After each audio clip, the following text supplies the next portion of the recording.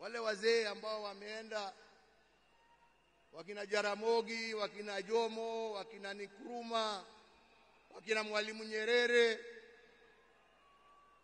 Jameni, unafikirianga wakiketi wanaongeanga mambo gani? Mimi nilikuwa nasema unajua wanaongea siasa kama sisi, wanatuangalia tu na mambo hii yetu ya upuzi hapo. Wanatuchekelea.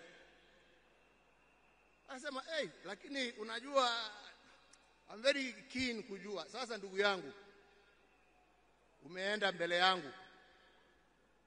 Sasa tayari najua mnajiongeleshana huko.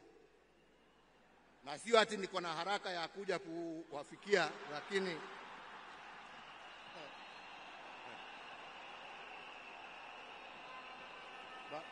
bado tunataka tutulie kidogo. Mwenyezi Mungu atusaidie, lakini najua